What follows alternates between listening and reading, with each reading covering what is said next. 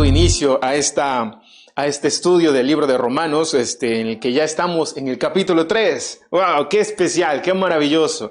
Estos dos capítulos pues han sido fascinantes. Personalmente me ha beneficiado mucho, me ha bendecido bastante. Los estudios que tengo en las noches preparando el material son realmente extraordinarios. Siento que Dios está pues equiparando, dando dirección, propósito a aquellas cosas que antes yo las daba por sentado y que están pues confrontando mi vida, confrontando mi tranquilidad para no estar tranquilo y con pasividad, sino que estemos pues haciendo ejercicio, ¿verdad?, del cumplimiento de la palabra de Dios. Muy bien, hoy día estamos entonces dando inicio a este tercer capítulo del libro de Romanos, el cual hemos puesto por título Debatiendo el Evangelio. ¿Por qué llevan este nombre? ¿Por qué creo que debería tener este nombre, Debatiendo el Evangelio? Recordemos un poco. No sé si tú alguna vez, cuando has predicado a alguien, cuando has mostrado el Evangelio de Cristo, normalmente nos han respondido con una serie de cuestionamientos. Nosotros les hemos hablado acerca, ¿verdad?, del problema que el mundo tiene. Les hemos compartido el mensaje de salvación. Les hemos hablado de que si nosotros no nos arrepentimos de nuestros pecados, pues estamos condenados a un perecer muy doloroso y muy sufriente, y aparte es eterno. Entonces una muerte eterna es difícil, dolorosa. Les hablamos acerca de eso, pero también les compartimos acerca de la esperanza, cómo podemos ser rescatados de ese final a través de la persona de Cristo. Pero sucede algo curioso. Cuando predicamos acerca de Jesús, la respuesta son una serie de cuestionamientos, pero y que no tienen ni siquiera relación con lo que estábamos hablando en ese momento, es decir, acerca de la salvación de tu alma, el problema que el mundo tiene, el primer problema que el mundo tiene. Y las preguntas vienen, ¿y qué hay de los dinosaurios, verdad? ¿Quién fue la mujer de Caín? ¿O dónde estuvieron, de dónde salieron más seres humanos? Y una serie de cuestionamientos que no vienen al caso. El problema que te estoy hablando, mi estimado amigo, amiga, es acerca de la salvación. Este es el problema, este es el meollo que te interesa. Una vez que hayas resuelto este asunto, las demás cosas lo podemos dialogar, lo podemos conversar, pero estamos hablando de un problema que urge. Tiene que ver con tu vida, tu salvación. Pero ¿qué hay de los dinosaurios, verdad? ¿Qué hay quién fue la mujer de Caín? ¿De dónde poblaron más? Y esta serie de paradojas que aparentemente existen en la palabra de Dios. Muchas veces causa un poco de gracia, pero este es el asunto. Les hablamos acerca de la enfermedad y les interesa más, pues, otro tipo de cosas. Es como si una persona se fuera al médico, ¿verdad? Y este doctor le dijera, pues tienes esta enfermedad, estas dolencias, y tienes esta medicina también para poder tomarlo. No, doctor, yo no voy a tomar esta medicina a menos que tú no me expliques cómo es que esa pastilla va a funcionar en mi organismo, con qué tipos de células o microorganismos dentro de mi cuerpo va a fusionarse para que mi sistema de defensa pues se haga más fuerte y mate a todos esos virus, esas bacterias que mi cuerpo tiene. A no ser que yo no entienda todo eso, yo no me voy a tomar ese medicamento, ¿verdad? Esto es un absurdo. Nadie hace eso. No, doctor, dámelo de una vez porque quiero ser sano. Pero, como les dijimos la vez pasada, la humanidad está pues enferma. Nosotros estamos enfermos. Nosotros sufrimos de diferentes tipos de comportamientos complejos, y como les compartí el domingo anterior, ¿debido a qué? Debido a que vivimos, ¿verdad?, bajo una historia, un pasado en el que estos pasados muchas veces han definido nuestra vida. Y yo no digo con esto que el pasado no importa, no. Hay un dicho, ¿no? Aquella persona que no conoce su historia está condenado pues al fracaso, está condenado a repetir aquellas cosas que vivió en el pasado. El pasado muchas veces nos sirve para darnos cuenta de qué cosas no debemos de hacerlos, ¿verdad? De no cometer los mismos errores de nuestros padres y cosas por el estilo. Pero este pasado no debe ser aquello que nos defina, ¿verdad? Lo que nos debe definir es justamente, y sigo creyendo, que debe ser la palabra de Dios. Entonces, bajo este contexto, imagínate a Pablo cómo trataría cuando se toparía con un caso como el que te estoy presentando. Está predicando acerca del Evangelio de Jesús y existen las otras preguntas de vuelta que las personas comúnmente nos los hacen, que no tienen nada que ver con lo que yo te estoy hablando y el problema que urge, el cual es la salvación. Recordemos que Pablo, en estos primeros capítulos que estamos estudiando, el eje central de su declaración, el eje central de sus escritos tiene que ver con la salvación. Allá está apuntando Pablo. Me urge poner en orden el tema de la salvación. En pocas palabras, en resumen de su historia. Ahora, haciendo una serie un poco de historia, o lo que hemos estado ya viendo un poco, Pablo comienza pues hablando, ¿verdad? Acerca del evangelio, primero hablando de la ira. ¿Cómo hablamos nosotros acerca del evangelio, verdad? Tengo una promesa para ti, ¿verdad? Un regalo de parte de Dios que Él tiene para ti. No, Pablo es diferente. Pablo empieza predicando del evangelio, hablando primeramente acerca de la ira, hablando primeramente acerca de la enfermedad, ¿verdad? Hablando primeramente de lo peligroso en el que nuestra condición de vida está. Una vez que Él te da el problema, la enfermedad, luego Él lo que hace es darte el antídoto, el remedio para el problema que tú tienes. Eso es lo que hace Pablo. Pero cuando Él expone el problema, es decir, la enfermedad, Pablo primeramente Él comienza hablando o predicando primero a las personas en todo el mundo pagano, es decir, a todos los gentiles les habla acerca de sus pecados, ¿verdad? Les cuestiona muchas de las prácticas que ellos han vivido por años y años, habla a un público pagano en pocas palabras. En segundo lugar, habla ya a un público más moralista, ¿verdad? Y diciéndoles pues que aún ellos están en un grave problema, así como los paganos, así como las personas que no tienen siquiera el deseo de cercanía con Dios, que están en un problema grave, también aquellos moralistas decentes, ¿verdad? También ustedes están en problemas. En pocas palabras, ustedes también son pecadores, son culpables.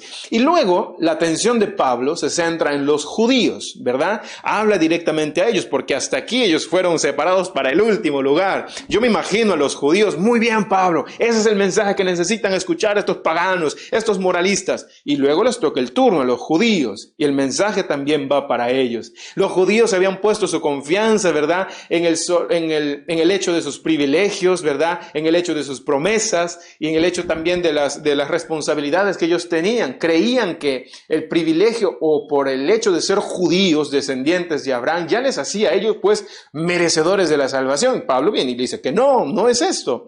O el hecho de enseñar la palabra o la ley o de tener en sus manos la ley ya les hacía a ellos pues notoriamente favorables para poder obtener la salvación. Igualmente Pablo dice pues que no es así. No solamente por el hecho de conocer, por el hecho de formar parte y ser descendiente te hace a ti merecedor, o por cumplir aquellos ritos que obviamente Dios había dejado a su pueblo para que los cumplan. Ni siquiera estos ritos son lo suficientemente fuertes en tu vida para ti, ustedes judíos, necesarios o concluyentes para que ustedes puedan ser salvos. Nada de eso. En conclusión, tanto paganos son culpables y pecadores, tanto los moralistas y decentes son pecadores, tanto los judíos también son pecadores. Es decir, Pablo los mete a todos en el mismo saco de la culpabilidad.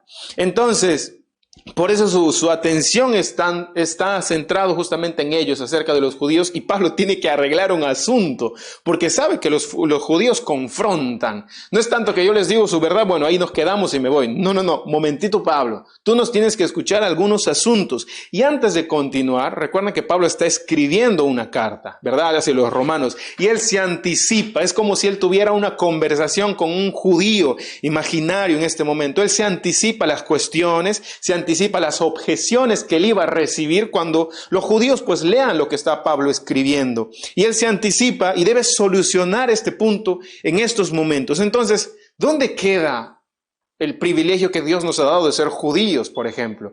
De tener en nuestras manos la ley. ¿Entonces nos sirve de nada? Pablo se va a empezar a básicamente poner en su mente aquellas cuestiones que él recibiría de respuesta frente a este mensaje que él da, ¿verdad? Tanto a los paganos, a los moralistas decentes, y tanto a los judíos que él da, y él va a intentar anticiparse estas objeciones de los judíos o lectores moralistas que para detener, o cómo es que ellos también forman parte de esta condenación universal. Si ellos creían pues que estaban asegurados, ellos eran el estándar al cual las personas deberían seguir si es que quieren recibir por lo menos un favor de parte de Dios. Entonces Pablo les dice pues no, ustedes no son merecedores de eso. Por las condiciones que ustedes creen pues no es así, no. Los judíos habían puesto, por ejemplo, el tema de la circuncisión, y Pablo viene y explica el sentido verdadero de la circuncisión al cual Dios buscaba, es decir, la circuncisión del corazón.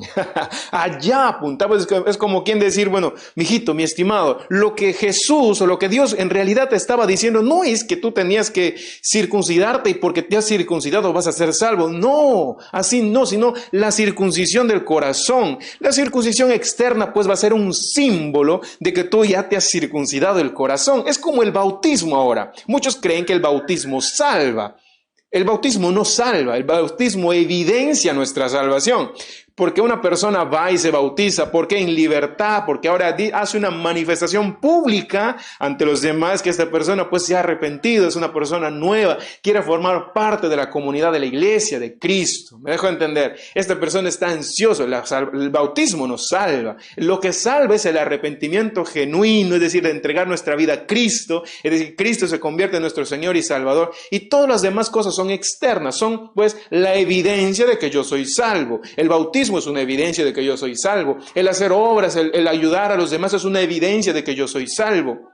El compartir el pan, ¿verdad? El partimiento del pan en la casa es evidencia de que yo soy una persona salva. El hablar a mis hijos acerca de Dios, ¿verdad? Cuando antes en mi casa yo peleaba, hacía pleitos, contiendas, llegaba a casa, yo era el rey, el amo y nadie me tenía que decir nada. Ahora vengo a casa y sirvo a mis hijos, sirvo a mi esposa. ¿Por qué? Es una evidencia, ¿verdad? De que yo tengo a Cristo en mi corazón. Ese es justamente el sentido al cual Dios estaba hablando.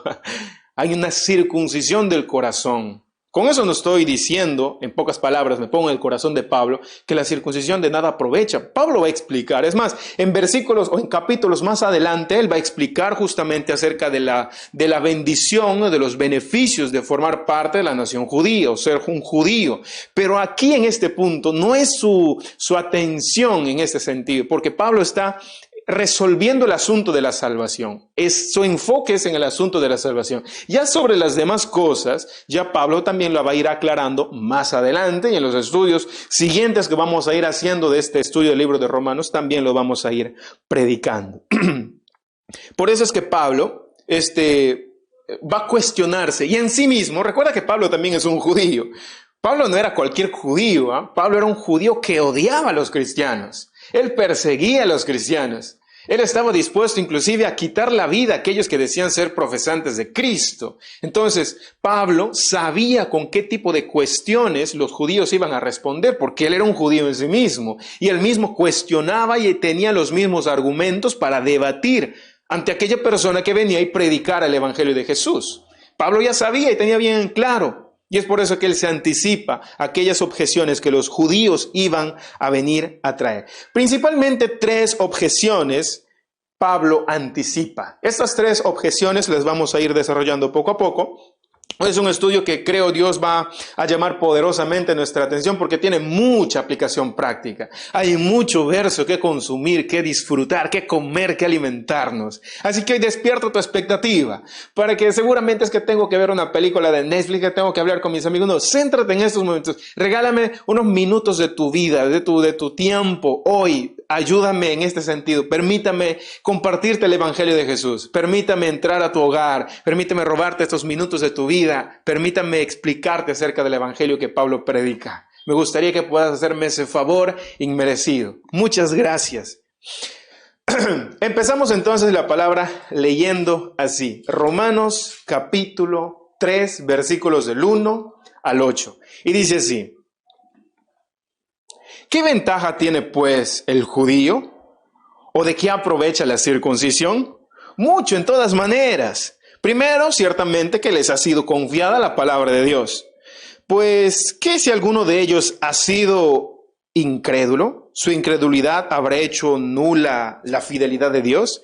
De ninguna manera. Antes bien sea Dios veraz y todo hombre mentiroso, como está escrito, para que seas justificado en tus palabras y venzas cuando fueres juzgado. Y si nuestra injusticia, hace resaltar la justicia de Dios, ¿qué diremos? ¿Será injusto Dios que da castigo? Hablo como hombre, dice. En ninguna manera. De otro modo, ¿cómo juzgaría Dios el mundo? Pero si por mi mentira la verdad de Dios abundó para su gloria, ¿por qué aún soy juzgado como pecador? ¿Y por qué no decir, como se nos calumnia y como algunos cuya condenación es justa afirman que nosotros decimos, hagamos males para que vengan bienes. Esto es el extracto del pasaje que vamos a estudiar el día de hoy. ¿Qué ventaja pues tiene el de ser judío? Si ser judío, es decir, internamente, que ya tú puedes leerlo en el estudio anterior del 2:29, nosotros habíamos estudiado algo, dice, sino que es judío el que lo es interior, y la circuncisión es la del corazón, en espíritu, no en letra, la alabanza del cual no viene de los hombres, sino de Dios. Entonces, si el hecho de ser judío interiormente es lo que le interesa a Dios, ¿cuál es la ventaja entonces de ser un judío exteriormente? Es decir, formar parte de la nación judía como tal. ¿Qué ventaja tiene? Los judíos, la primera objeción que Pablo se anticipa es que los judíos creían pues que ya no tiene nada que ver ese asunto. El hecho de que ellos sean judíos por nacionalidad misma o descendientes del mismo Abraham ya no servía para nada, pero Pablo no está centrando su atención en eso. Recuerda que les dije hace un inicio, cuando les hablamos acerca de la salvación, a las personas nos vienen y nos rebotan con otras preguntas que nada tienen que ver con lo que estoy hablando. Lo mismo sucede acá.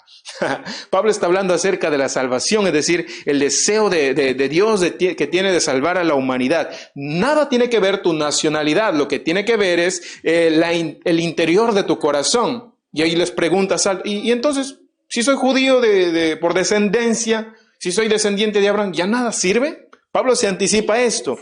Y es por eso que él dice, ¿no? ¿Qué ventaja tiene pues el judío? ¿O de qué aprovecha la circuncisión? ¿No sirve de nada entonces? Es como si los judíos le estuvieran preguntando a Pablo. Él se anticipa.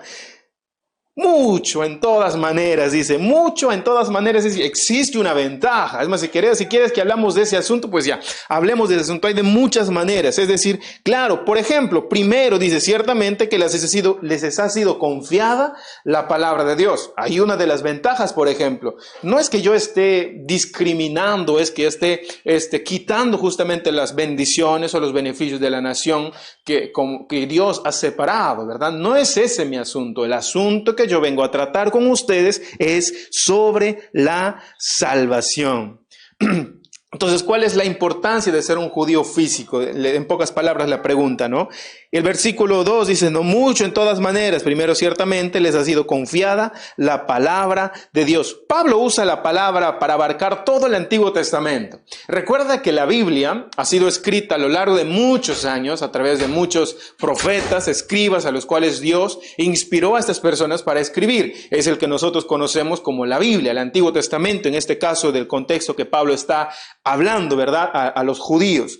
Este libro pues ha sido escrito principalmente por los judíos, en su totalidad por los judíos. Ha sido, por ejemplo, una bendición como nación judía de que ellos sean pues los portadores de la palabra de Dios, aquellos que traen la inspiración, ¿verdad?, del Espíritu Santo para que nosotros tengamos lo que hoy en día se conoce como el Antiguo Testamento. Los judíos fueron los bendecidos para tal tarea. Por eso es que ellos reciben la palabra del único Dios verdadero. Esa es su gran y más grande ventaja, por ejemplo, que tienen como nación. Me dejo entender. Por ejemplo, Lucas 16:29 nos dice así. Pero Abraham dijo, ellos tienen a Moisés y a los profetas que los oigan. ¿Verdad? Hebreos 1:1 dice, Dios habiendo hablado hace mucho tiempo, en muchas ocasiones y de muchas maneras a los padres por los profetas, es decir, está la participación de los profetas. Lo que te estoy haciendo es leerte algunos versículos bíblicos que literalmente validan aquel argumento que te estoy diciendo. Uno de los principales beneficios que la nación judía tenía era de ser los portadores de la palabra de Dios. Por ejemplo, segunda de Pedro capítulo 1:21 también. Pues ninguna profecía fue dada jamás por un acto de voluntad humana, sino que hombres inspirados por el Espíritu Santo hablaron de parte de Dios. Es decir, el Espíritu Santo, imagínate el privilegio que ellos tenían. No fue pues un argumento humano, es decir, el deseo del corazón humano pues fue escrito ahí, eso es lo que fue repartido por todo el mundo. No, sino que el Espíritu Santo inspiró a estas personas para escribir todo lo que el Espíritu Santo pues quería, es decir, el corazón mismo de Dios, escrito y manifestado en las Escrituras bíblicas. No fue una mera locura de cualquier hombre que se le ocurrió y escribió, porque ustedes mirarían los escritos de la Biblia, cuán rica poesía, cuán rico argumento, cuán rica historicidad profundidad, cuán ricas sabidurías proverbiales, sálmicas existen dentro de la Biblia, ¿verdad? Manifestaciones tan puras que tienen conexiones entre cada libro. La historia que se cuenta en la Biblia no está pues distorsionada, tiene un orden tan claro y tan puro que es imposible que una persona loca, tonta o que se hayan puesto de acuerdo en tantos miles de años para escribir esa sinergia. Es una locura. Es por eso que el que permitió que esta obra maravillosa esté en nuestras manos es por obra del Espíritu Santo. Eso es justamente el privilegio principal que tuvieron la nación judía como tal. Y esto era una enorme ventaja para ellos porque tenían en sus manos el Antiguo Testamento, contenían la verdad acerca de la salvación también, Como la salvación ya se hablaba en el Antiguo Testamento, claro, ellos ya tenían en sus manos hablada acerca de la salvación. También ellos ya tenían este conocimiento aún acerca del Evangelio en su forma básica. ¿Sí? ¿En serio? Vamos a ver, por ejemplo, lo que nos dice en la Biblia. Por ejemplo, en 2 de Timoteo, capítulo 3, verso 15, mira cómo hace referencia. Dice, y que desde la niñez has sabido las Sagradas Escrituras, las cuales te pueden dar la sabiduría que lleva a la salvación mediante la fe en Cristo Jesús. Es decir, ustedes tenían en sus manos toda la esencia para que cuando venga, por ejemplo, la propagación del Evangelio de Jesucristo, mira, es el cumplimiento de las profecías que ya nosotros habíamos leído desde nuestra niñez, desde la educación que nuestros padres nos dieron, a través de los escribas, ¿verdad? Esta transmisión de la ley ya nos había anticipado acerca de la llegada del Mesías. Obviamente la estamos viendo con nuestros ojos, pero ustedes saben, el comportamiento o la respuesta de los judíos o de los fariseos, fue una respuesta contraria. No quisieron ellos creer que las profecías mesiánicas que se hablaban acerca de Cristo se estaba cumpliendo en este hombre llamado Jesús. Las evidencias estaban puras, las evidencias estaban ahí ante todo el mundo, pero ellos decidieron endurecer su corazón y no creer justamente. Pero había un problema, tenían el conocimiento de la salvación, pero no lo quisieron poner por obra. Lo segundo, que se puede notar también es que ellos ya tienen el Evangelio en la forma básica, ya tenían el conocimiento. Por ejemplo, en Gálatas 3:8 nos refiere de esta manera. Dice, y la Escritura, previendo que Dios justificaría a los gentiles por la fe, anunció de antemano las buenas nuevas a Abraham, diciendo, en ti serán benditas todas las naciones de la tierra. La salvación, mis estimados hermanos, nunca fue por obras. ¿Y qué hay de los sacrificios? Ninguno de esos sacrificios, pues, fueron suficientes para salvar a ningún hombre. Nada de esos sacrificios salvó. Siempre la salvación, siempre ha sido por fe. Por ejemplo, lo está manifestando aquí en la vida de Abraham. Dice que en él serán benditas todas las naciones de la tierra. En todas las épocas de la historia, nunca las obras del hombre han salvado a alguien. Jamás. Nunca. La única obra que permitió nuestra salvación, que hizo que nosotros nos salváramos, la respuesta siempre ha sido a través de la fe. La fe siempre ha sido el motor que opera para nuestra salvación. En este caso, cuando ya llega el Mesías, es la fe puesta, ¿verdad?, en el Mesías, en nuestro Señor Salvador Jesucristo. Eso es justamente la esencia de la respuesta de la humanidad ante este deseo de Dios que Él tiene por salvarnos, por rescatarnos, por redimirnos. Esto es lo que estamos viendo acá. Entonces, el primer argumento, la primera objeción al que Pablo se anticipa es, entonces, ¿no hay ningún beneficio por ser judíos? Ya Pablo lo ha explicado, ¿verdad? Cuando yo les hablé en el capítulo 2, yo no me estaba refiriendo a otros asuntos como les estoy hablando acá. Yo les estaba hablando principalmente acerca de la salvación. No se vayan por la tangente, mis estimados oyentes. Yo intenté. Ahora, si ustedes quieren hablar acerca del judío por nacionalidad, por descendencia de Abraham, claro, hay muchos beneficios, hay muchas ventajas, como por ejemplo, el ser los portadores de la palabra de Dios. Primeramente, dice él, ¿no?, el cual le ha sido dada la palabra de Dios. Versículo 3 dice, pues que si alguno de ellos han sido incrédulos, ¿su incredulidad habrá hecho nula la fidelidad de Dios? De ninguna manera. Antes bien, dice, sea Dios veraz y todo hombre mentiroso, como está escrito, para que seas justificado en tus palabras y venzas cuando fueres juzgado. La segunda objeción al que Pablo se anticipa es, Es como si los judíos le preguntasen, Pablo, muy bien, nos hablaste de todo este asunto, nos resolviste el primero, ahora Pablo, entonces estás anulando todas las promesas que Dios ha dado a Israel. Todas las promesas que Él lo dio las estás anulando, es decir, no sirven para nada. Pablo, ¿eso es lo que nos estás diciendo? Si nos has dicho que el hecho de formar parte de la nación santa, al cual Dios ha separado, entonces ya no representa nada, no significa nada. Nuevamente Pablo, ¿verdad? Muy sabio él, lo que él básicamente él está diciendo, de ninguna manera, antes bien, sea Dios veraz y todo hombre mentiroso. Es decir, Dios siempre va a cumplir sus promesas. Todas las promesas que Dios ha entregado a sus hijos o ha entregado a una nación, Él lo va a cumplir. Por más que miles de personas, millones de personas, es más, por más que toda la humanidad se pusieran de acuerdo y dijeran, todos nos vamos a poner de acuerdo por unanimidad y vamos a decir, Dios es mentiroso. Por más que todo el mundo se ponga de acuerdo y diga tal barbaridad, lo único que demuestra es que el hombre es un mentiroso. Y lo que demuestra es que el único verdadero sigue siendo Dios, por más que todo el mundo se ponga de acuerdo. Es por eso que la verdad de Dios, los principios bíblicos tienen que estar por encima muchas veces de aquellos argumentos, aquellas conclusiones a los cuales, por ejemplo, como familia llegamos. Puede que una familia, todos ellos se pongan de acuerdo y digan, es necesario o es justo o para nuestra economía, a la pequeña niña que tenemos aquí en casa, pues la vamos a vender como un objeto sexual. Cualquier persona que venga del extranjero, pues la vamos a vender. ¿Por qué? Porque necesitamos economía. ¿Todos estamos de acuerdo? Sí. Eso es una locura. Por más que toda esa familia se pongan de acuerdo, eso no significa que sea verdad. Lo podemos ampliar a un plano más grande. Toda una sociedad se puede poner de acuerdo en cosas de repente que tienen que ver con infringir el valor de la vida, que tienen que ver con infringir el valor de nuestra identidad, ¿verdad? El de salvaguardar nuestra protección y todo ello. Pueden hacer las leyes que ustedes quieran. Por más que toda una nación entera se pongan de acuerdo y crean que eso es lo correcto, no está demostrando que el hombre esté en verdad. Lo único que está demostrando es que el hombre es un mentiroso. Y lo que nos está demostrando es que Dios sí es verdad. Y su palabra siempre está por encima de la verdad. ¿Me dejo entender?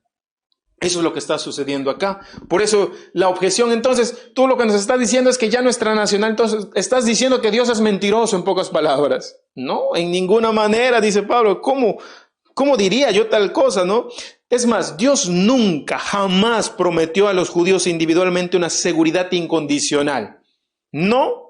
Independientemente de su fe, es decir, por más que ellos sean incrédulos, sean pecadores y Dios estaba en la obligación pues de darles todos los privilegios y las ventajas que les prometió, no, hay una promesa a la nación como tal, no a individuos que por más que pecan, entonces sí soy merecedor porque Dios me prometió. No, este no era el asunto de la implicancia de la promesa de parte de Dios, no era así, no era este el asunto. Las promesas básicamente incondicionales fueron hechas a la nación de Israel, no a personas individuales. Aún Pablo en Romanos, capítulo 9 ya, él va a detenerse a explicar sobre lo último, es decir, el sentido de los beneficios de la nación o qué implicancias tenían también si como individuos judíos ellos desobedecían la palabra de Dios. Hay ciertos patrones que ellos van a ir viendo en su vida a causa de la desobediencia. No porque sean desobedientes o por más que ellos sean desobedientes, como soy parte de la nación, entonces yo sí me merezco de los beneficios de ser un parte de la nación de Israel. Por eso dice acá, ¿no? Pues que si alguno de ellos ha sido incrédulos, ¿su incredulidad habrá hecho nula la fidelidad de Dios? De ninguna manera, antes bien sea Dios veraz y todo hombre mentiroso. Es decir, lo que nos están diciendo claramente acá es, algunos de ellos, por ejemplo, ustedes que son incrédulos, Dios va a ser entonces injusto en ese sentido a causa de su incredulidad. Él va a seguir dándoles todos esos privilegios y esas bendiciones solo por el hecho de ser de la nación judía. No, cada persona individual tiene una responsabilidad, tiene que dar cuentas a Dios de su vida por las acciones que ha hecho. ¿Me dejo entender? Hacemos un ejemplo. Imagínate que tú y yo formamos pues ahora parte de la Iglesia Universal. Somos cristianos. Me dejo entender. Hay promesas, hay bendiciones que Dios nos da en su palabra. Me dejo entender. Por ejemplo, el hecho de que yo y mi casa serviremos a Jehová, ¿verdad? Es una promesa que el Señor nos da. Pero ¿cómo actuamos nosotros en casa? ¿Predicamos a nuestros familiares, a nuestros amigos, a nuestros hijos, a nuestro cónyuge? ¿Vivimos la palabra de Dios ahí en casa? Si la respuesta es un no, obviamente las consecuencias que vamos a ver es que ni siquiera nuestros papás nunca se enterarán de Jesús. Nuestra madre nunca se enterará de Cristo. Nuestros hijos nunca. Pero tú, Señor, me prometiste que yo en mi casa serviremos a Jehová. Claro, es una promesa para toda la iglesia. Me dejo entender, pero hay la otra parte, el cual Dios está diciendo que nosotros debemos de hacer el ejercicio de la palabra de Dios. Alguien comentaba el otros días, ¿no? Cuando había posteado uno de los videos y decía, pero Dios nunca nos dice a nosotros que debemos de hacer algo. Él ya hizo todo.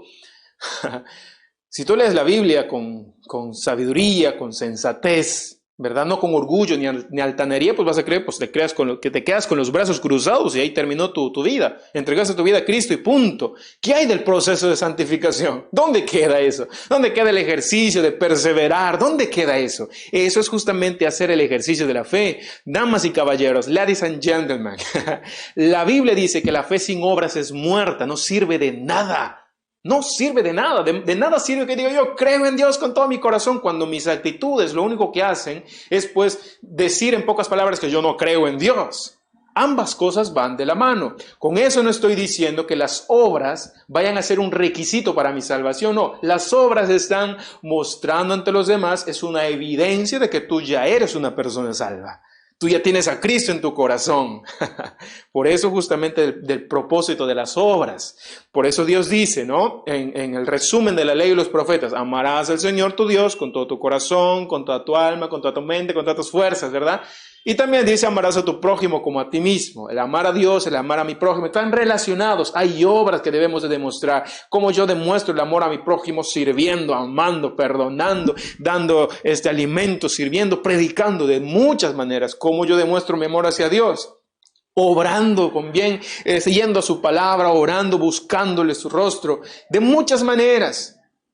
Yo estoy decidiendo por voluntad, ¿verdad? En esa libertad que Dios me ha dado, el poder servirle a Él, porque Él es mi Señor, Él es mi amo. ¿Qué quieres tú que yo haga, Señor? Heme aquí, envíame a mí.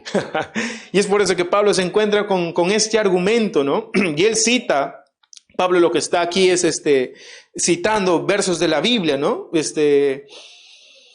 Lo que está básicamente diciendo es, el arrepentimiento siempre va a ser necesario para que nosotros podamos gozar de la fidelidad de Dios. El arrepentimiento es clave y fidelidad que salga del corazón. Vamos por favor un ratito al libro de Isaías, capítulo 55.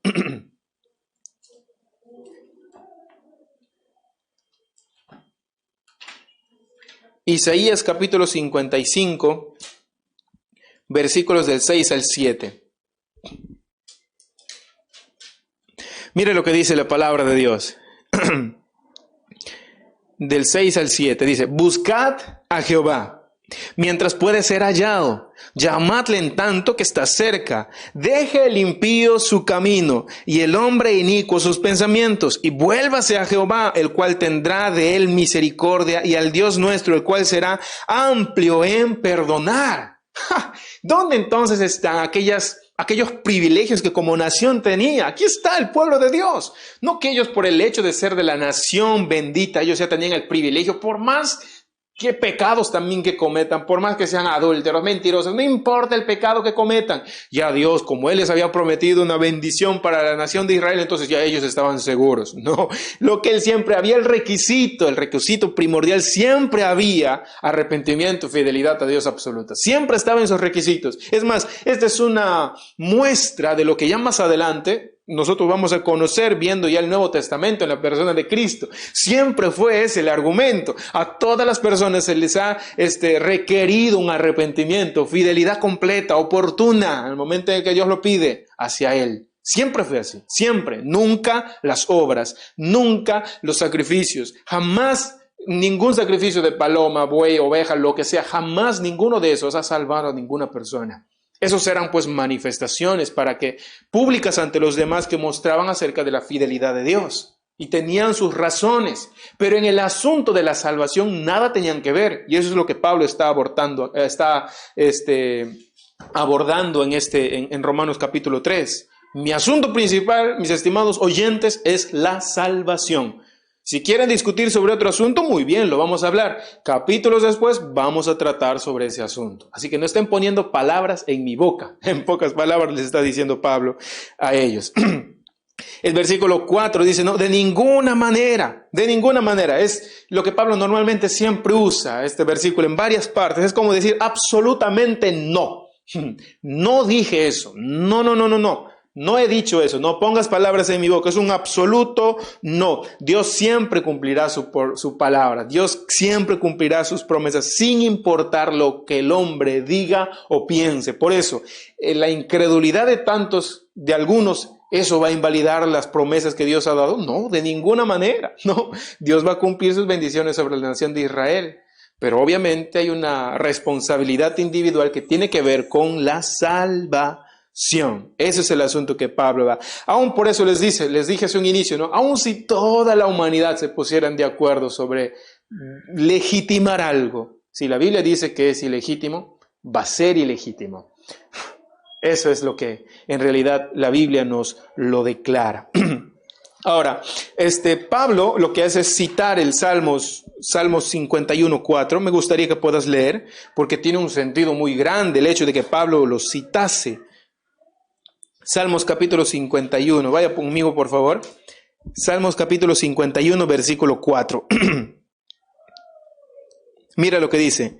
Contra ti solo he pecado y he hecho lo malo delante de tus ojos. Y luego viene, ¿no? Para que seas reconocido justo en tu palabra y tenido por puro en tu juicio. Contra ti solo he pecado. En este lugar, en este momento, en el contexto en el que David escribe este salmo, es cuando David había quebrantado su pacto con Dios, se había alejado de él, lo había desobedecido, y lo que básicamente le está diciendo que ninguna persona tenía justicia ni integridad.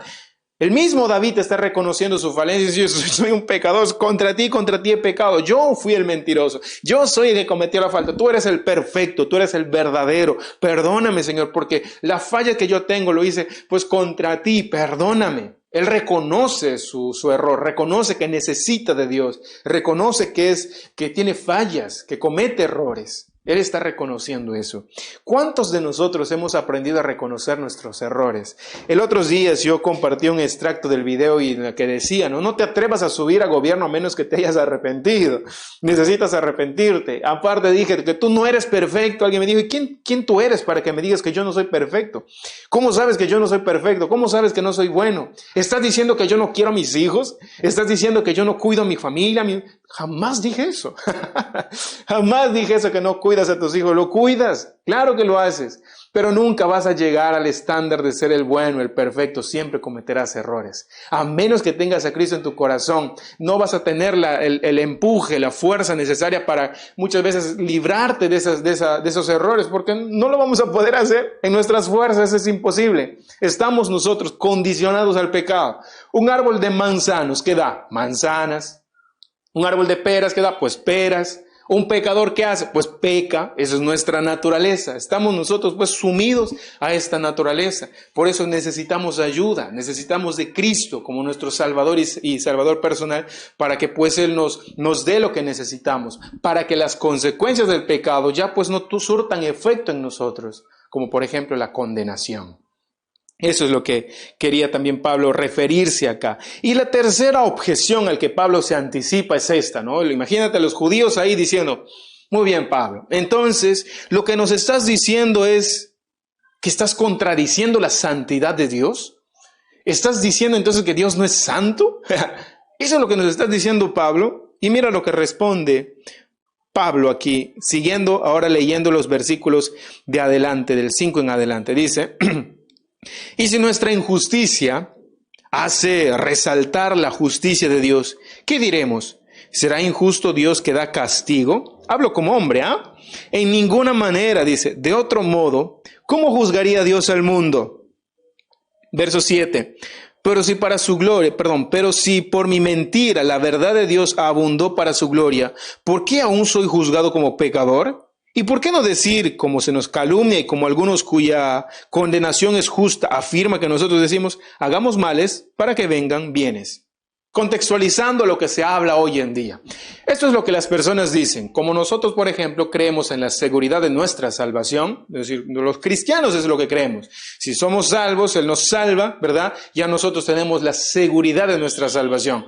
Obviamente el ser humano continúa pecando y va aprendiendo, se arrepiente, cada vez más va haciendo el ejercicio y cada vez más se va santificando, pero ya Dios le ha asegurado su salvación. Eso es lo que nosotros creemos como cristianos, la seguridad de nuestra salvación. La seguridad de ni la obtención de la salvación, ni la seguridad de nuestra salvación dependen del hombre, dependen de Dios, dependen de Él.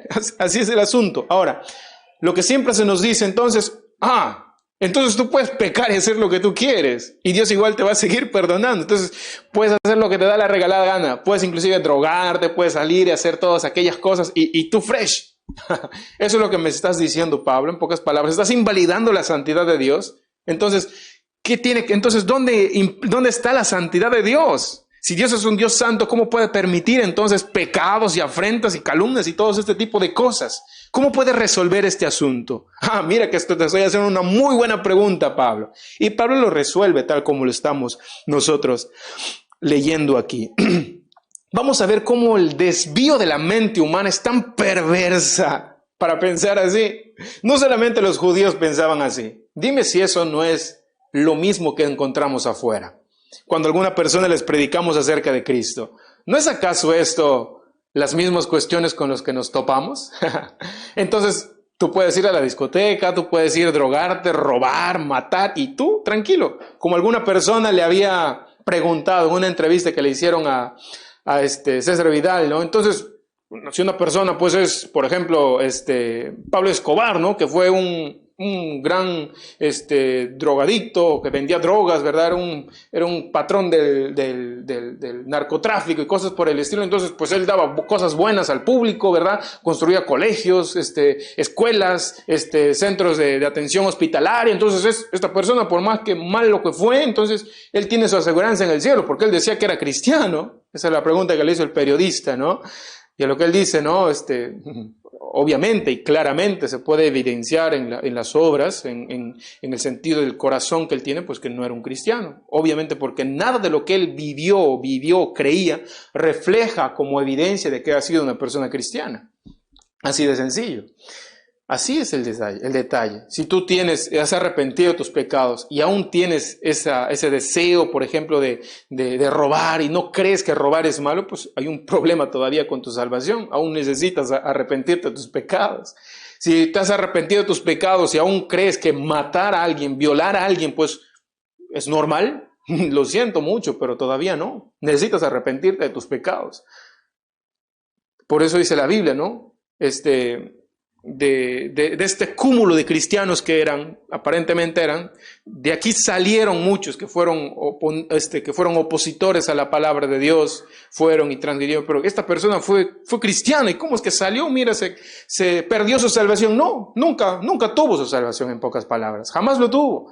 Estuvo ahí en medio de nosotros como un lobo vestido de ovejas, pero no, su corazón siempre estuvo apartado, siempre. Tenía la intención de buscar, pero estaba ahí en primer lugar este deseo del pecado, de su pasado, y creía que era más coherente el servir al mundo antes que servir a Dios, pero estaba ahí por si las dudas, pero nunca logró satisfacer esa necesidad que él tenía en creer que el mundo era mucho mejor que servir a Dios. Ahí está, eso es la respuesta.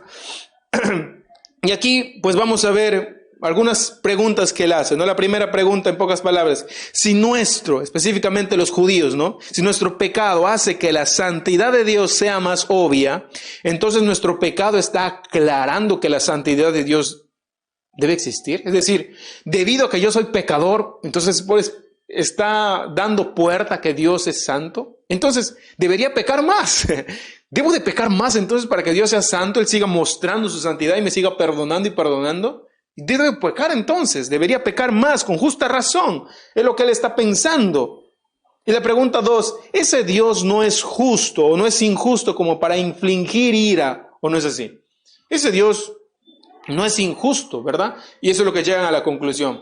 ¿Por qué Dios es un Dios injusto que permite esto y aquello y estas cosas? Es las mismas objeciones que los judíos están dándole a Pablo, y que él básicamente ya argumentaba con otros judíos, por eso que ella pone de plano aquí en el libro de Romanos para anticiparse estas objeciones.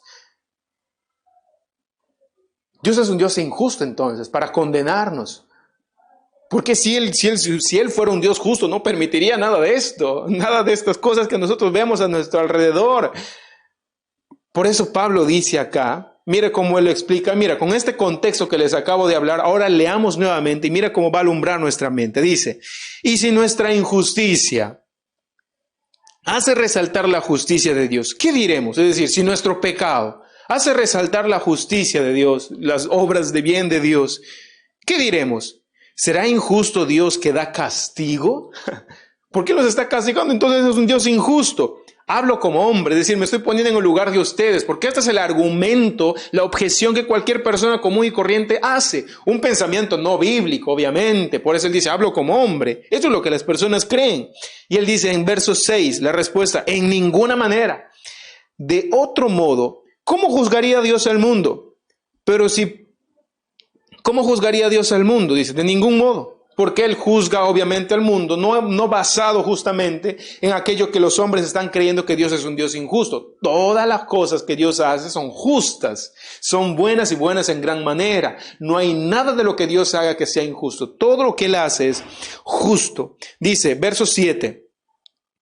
En ninguna manera, de otro modo, verso 6, perdón, ¿cómo juzgaría Dios al mundo? Verso 7, pero si por mi mentira la verdad de Dios abundó para su gloria, ¿por qué aún soy juzgado como pecador? Si mi mentira, el pecado, las cosas malas que yo hice, en pocas palabras, mi mentira, la verdad de Dios abundó para su gloria, es decir, por el hecho que nos ha perdonado, mire cómo nos ha librado, es decir, por esta razón, ¿por qué aún soy juzgado como pecador? Si mi pecado ha servido para yo mirar la bondad de Dios, si los pecados que yo he cometido ha servido, mira cómo la bondad de Dios se manifiesta, cómo Él nos ayuda, nos levanta, entonces ¿por qué yo soy juzgado como pecador? Lo que este hombre está creyendo, que era necesario su pecado para que la gloria de Dios se manifieste.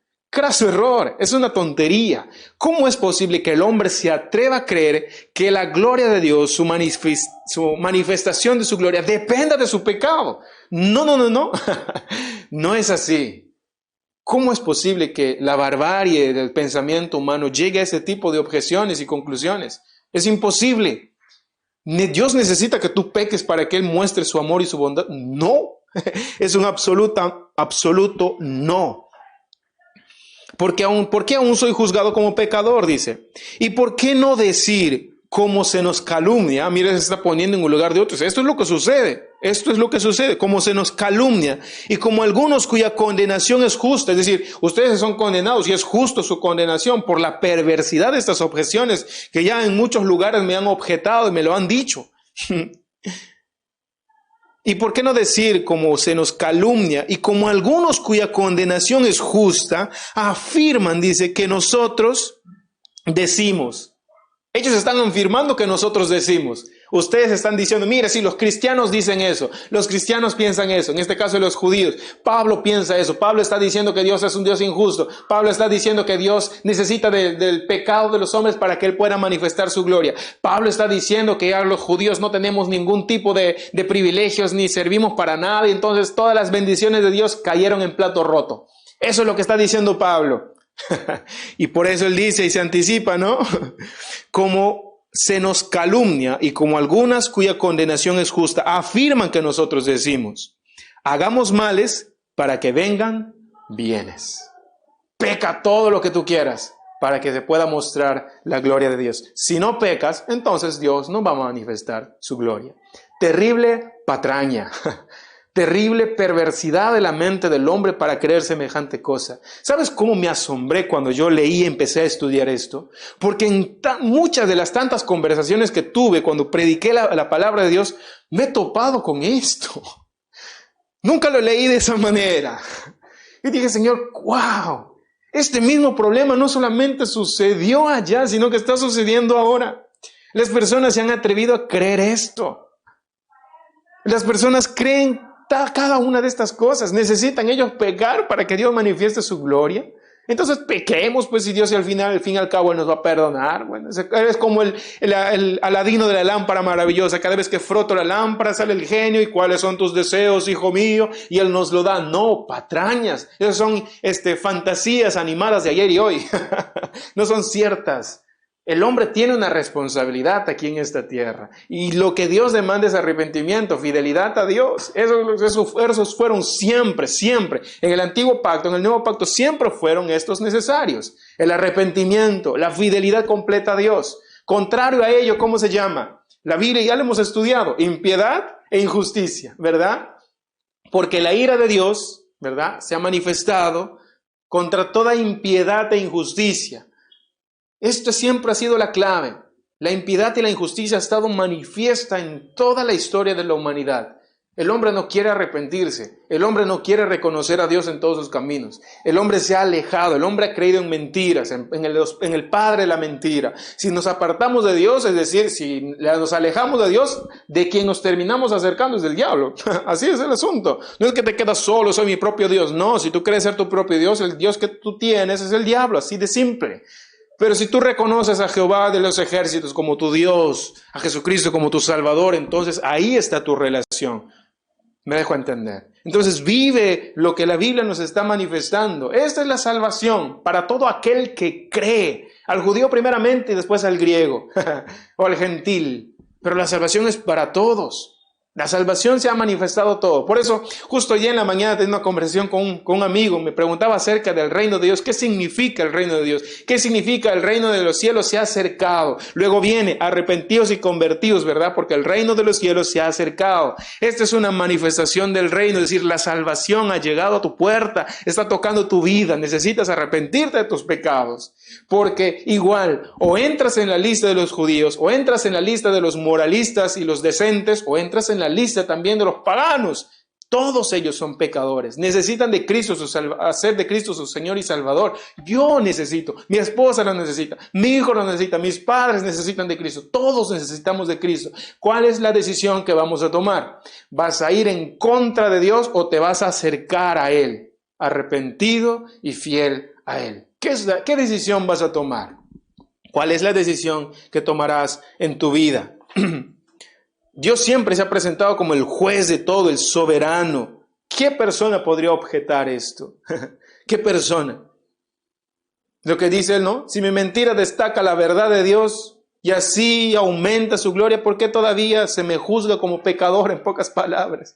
¡Qué absurdo! ¡Qué absurda contradicción!, ¿verdad? Que Pablo ya se anticipa. Porque, por ejemplo, en Hechos ya se habla que Pablo argumentaba con los fariseos, con los judíos, ¿ya? Este era un hecho, él compartía, él argumentaba con esto, el día a día del ministerio de Pablo. Y es por eso que él se anticipa, porque en la ciudad de Roma también existen personas con estos tipos de pensamientos, y él se anticipa para poder solucionar. Estas eran cuestiones o acusaciones imaginarias de los judíos, básicamente, que tenían contra el evangelio de Jesús. Ellos se habían ido por la tangente cuando lo principal que Pablo estaba tratando de solucionar y dar dirección era el asunto de la salvación. Y ellos se fueron por la tangente. Entonces, ¿estás diciendo que Dios es mentiroso? ¿Que Dios ya no cumple su palabra? ¿Estás diciendo que Dios no es santo? Por el amor de Dios. Esas cosas también lo vemos ahora en nuestra actualidad. Por ejemplo, la idea de poder tener estos estudios en la Biblia es que la Biblia sea nuestro manual de guía. Y no te quedes con el estudio que te estoy impartiendo hoy, sino que vayas a tu casa y lo estudies, medites, escudriñes y compartas tu fe también con los demás. De eso se trata. Viva la palabra de Dios. Estudia. No te quedes con lo poco que tienes en tus manos. Dios te ha dado conocimiento, te ha dado la bendición del discernimiento de su palabra para que puedas vivir en base a ella. Mis estimados hermanos, amigos, damas y caballeros que nos escuchan, aún sigo teniendo la fe y la esperanza de que muchas personas me escuchen. Yo soy Luis Miguel y te hago una invitación a recibir a Jesucristo como tu Señor y tu Salvador personal. Hoy te digo que tú no eres perfecto. Nuevamente me recalco y digo, tú no eres completamente bueno. Eres alguien que tiene muchos problemas, que tiene muchos defectos, que tiene muchas irregularidades, que si tú no tienes reglas en tu vida te puedes descontrolar. Las reglas son necesarias en casa, son necesarias en un país, son necesarias en el mundo. Sin estas reglas no podemos nosotros tener paz en nuestra comunidad. Porque algunos de ellos creerán que tienen sus propias reglas y pueden venir a tu casa y robarte y quitar y despojarte de tus propiedades. Te pueden mentir de muchas cosas. Porque se creyeron que tienen sus propias reglas y sus reglas básicamente, sorpresa, están en contra de las que tú crees. Entonces, ¿quién define esas reglas? ¿Quién pone la normalidad, los lineamientos de esas reglas?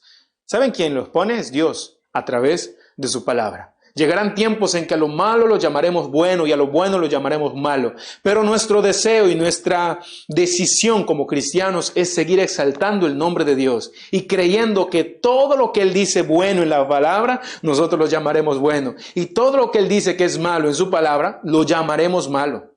Por más que suframos persecuciones, por más que intenten cerrar nuestra boca, siempre estaremos dispuestos a defender su palabra. Y esta palabra al cual defiendo me dice que si no te arrepientes de tus pecados, si no haces de Cristo tu Señor y tu Salvador, hay una condenación para ti, el cual es llamado infierno. Es un lugar de tormento eterno. Pero también la Biblia nos dice que hay un cielo al cual Él nos promete, la vida eterna, el cual pasaremos nuestra eternidad ahí, donde no hay llanto, no hay dolor, no hay persecuciones ni los tormentos que hoy vivimos. Es un lugar que Él nos promete, donde Él es nuestro Rey de Reyes y Señor de Señores. La forma de poder llegar a ese lugar, de disfrutar de su reino, es arrepintiendo de nuestros pecados y creyendo que Cristo es nuestro Señor y Salvador. Si tomas la decisión de hacerlo, me gustaría que juntos podamos orar de la siguiente manera. Señor Jesús, te doy gracias por esta mañana. Gracias por haberme hablado y escuchado tu palabra.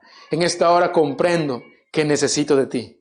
Mi pecado y las fallas que yo cometo son tan altas que nunca podré llegar a ti. Perdóname, Señor. Me arrepiento de mis pecados. Reconozco que soy un pecador. Necesito de ti. Hoy creo en Jesucristo como mi Señor y Salvador. Creo que Él murió en la cruz, pero también creo que Él resucitó al tercer día, triunfante, trayendo en sus manos las llaves de la muerte y de la vida. Hoy creo que muero para el mundo, pero vivo para Cristo. Hoy, de ahora en adelante, soy una nueva criatura en Cristo Jesús, mi Señor. Amén.